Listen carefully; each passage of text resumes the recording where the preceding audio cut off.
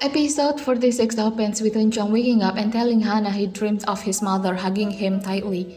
Myung-ji notices Yeojin's emotional reaction and privately observes Yeojin's unusual sensitivity towards Eunjung, speculating that this heightened sensitivity will accelerate her own understanding of Yeojin's overly attached attitude towards Eunjung.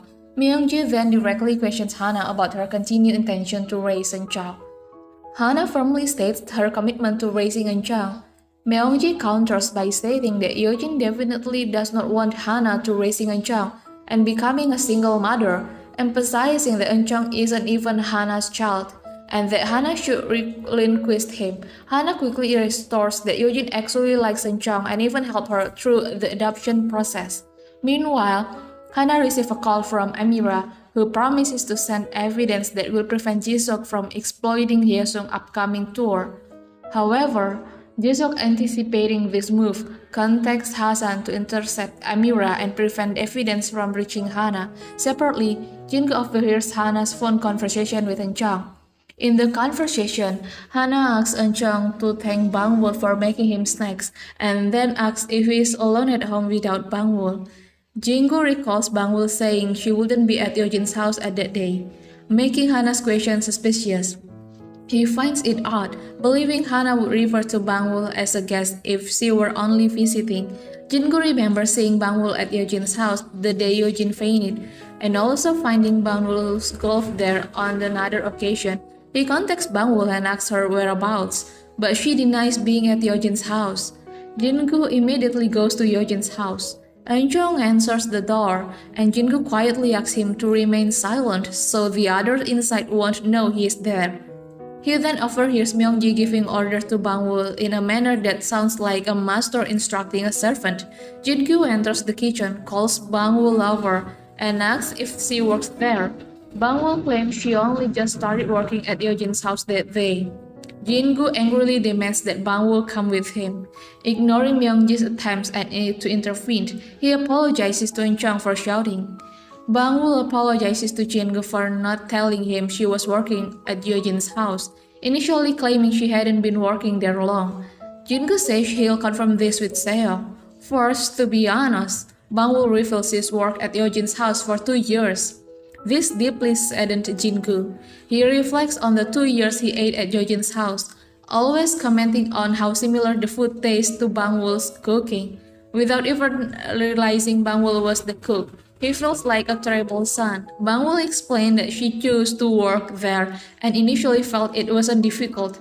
Jingu challenges this, pointing out Myung-ji's harsh treatment of her. He angrily accuses Myung-ji of looking down on Bangwoo because of this.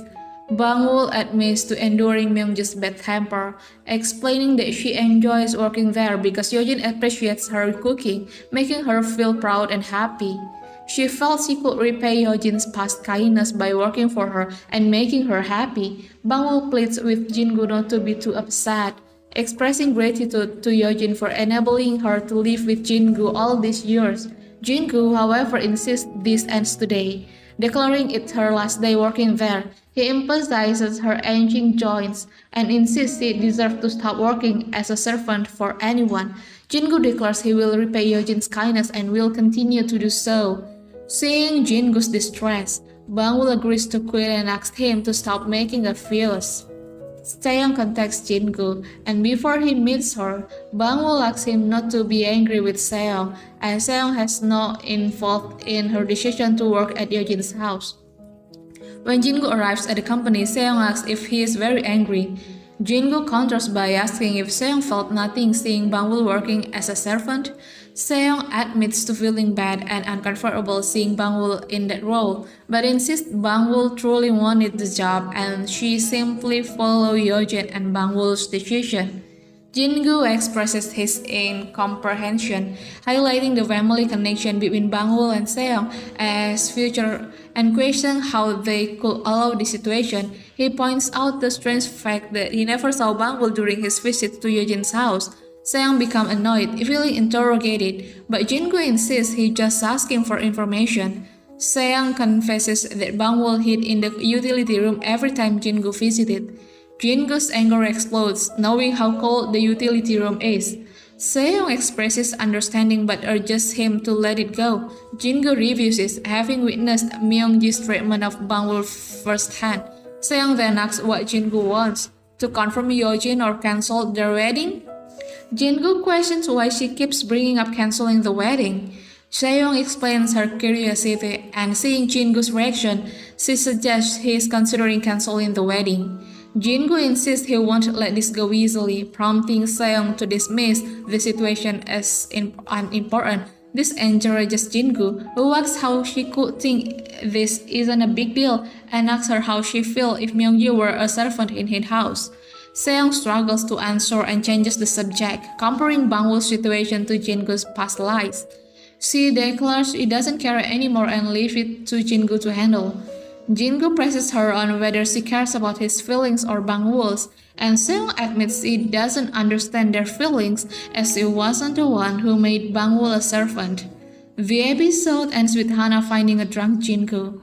Hana apologizes for his distress, but Jingu says he should be apologizing to her. He reflects on the strengths of eating food at Yeojin's house that tastes so much like Bangwoo's cooking.